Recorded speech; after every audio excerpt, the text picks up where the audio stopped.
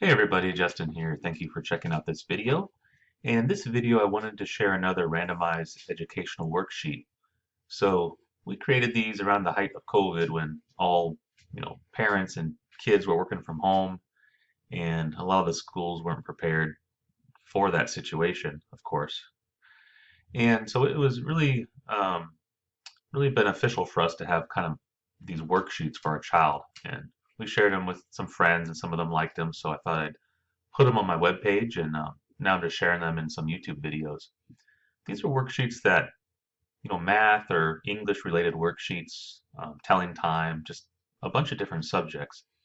And the idea is you can open up Excel, print, and maybe you have to change maybe a couple things that take like 5 seconds and refresh the random numbers, print it out, and you're good to go. You can do this multiple times. You can edit the spreadsheets and make them more difficult, things like that.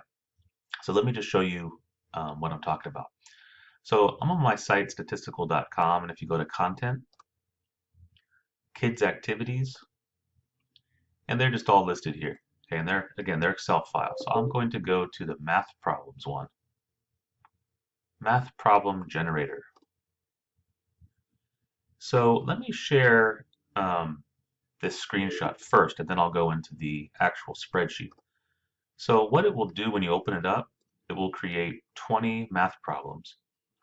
It'll have the date and statistical.com up there. And yeah, it'll create 20 math problems. Here, these ones are all subtraction problems, but it will actually create um, subtraction or addition problems. You could also easily edit it to do other problems, multiplication, for example. These numbers are all selected randomly, and they're made with logic, so if you won't have a situation like this 5 minus 1, you won't have a situation where it's 1 minus 5, where you would get a negative, answer type of idea. But let me show you the actual spreadsheet. Okay, here we go. So here's the actual spreadsheet.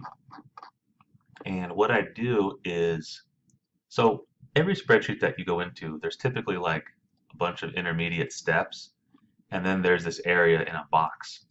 If you do file print, the area in the box will be what actually prints out because I set that as the print area. So it'll have the current date and then all the problems. And by the way, if you know Excel or whatever, feel free to edit things as you like. I just ask that you leave statistical.com, or, I got this spreadsheet from Justin Smith or whatever. But yeah, feel free to edit it as you wish. So you can see this one has addition and subtraction problems. So what this column is, column A, is just how big do you want the numbers to get? From 1 to, I have it, these numbers that be randomly selected from 1 to 15. If you want to make it up to like, 30 or something, you can just add numbers up to 30 here. And you can see the numbers get bigger there. So as your child progresses, you want the numbers to get bigger, which would mean more difficult problems. And just have this as 1 to 15, numbers from 1 to 15 for right now. This column, column B, just has a plus and a minus there. Like I said, if you want to do multiplication problems, you can just add, maybe add an X there for multiplication. And now you can see we have some multiplication problems being displayed in that list. Okay, so that's kind of how that works. So what each one of these sections here, like 4 and 15, you can see the 4 and 15 being put over here. So there'll be this kind of the numbers that are selected, and then a little logic check, which I'll explain, for all 20 problems. So again, if you know Excel to enough to edit things, feel free to more problems, less problems. So what this logic check does is it comes into play with the subtraction problem. So you can see right now I have a top and a bottom, and the top is 4 and the bottom is 15. For addition problems, that does not matter. But for subtraction problems, that can matter, right? So let me try to find an example where it matters in here. So Let me try to create one. So here's an example right here. Okay, so 11 minus 6, 5, right? But you can see here for the top, it actually selected 6, and the bottom, it selected 11.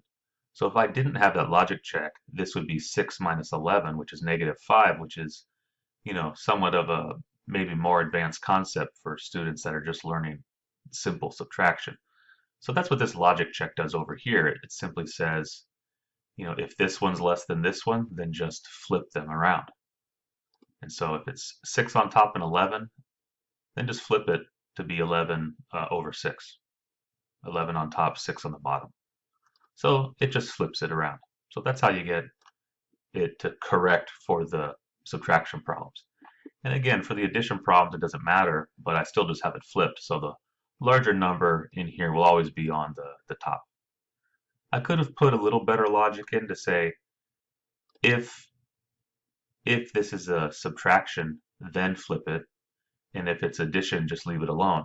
But I just kind of flipped everything. It was just easier programmatically to do that.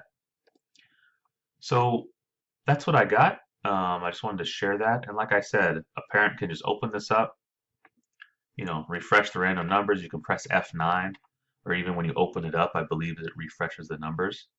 File print, boom, and you're ready to go. Say your child's only practicing addition, you can just take this subtraction out of column B, and all these problems will just be addition. And like I said, if you want to make it more larger numbers, you can fill this column down, and these numbers will be bigger numbers, however high you want to go. So, but that's all I got. Please like, share, and subscribe, and share this spreadsheet or that web page with kids or families that have children that would benefit from this. I think it's pretty good for practicing 20 problems at once, and keep them busy for a while. And that's all I got. So thank you for checking out this video, and I'll see you next one. Bye bye.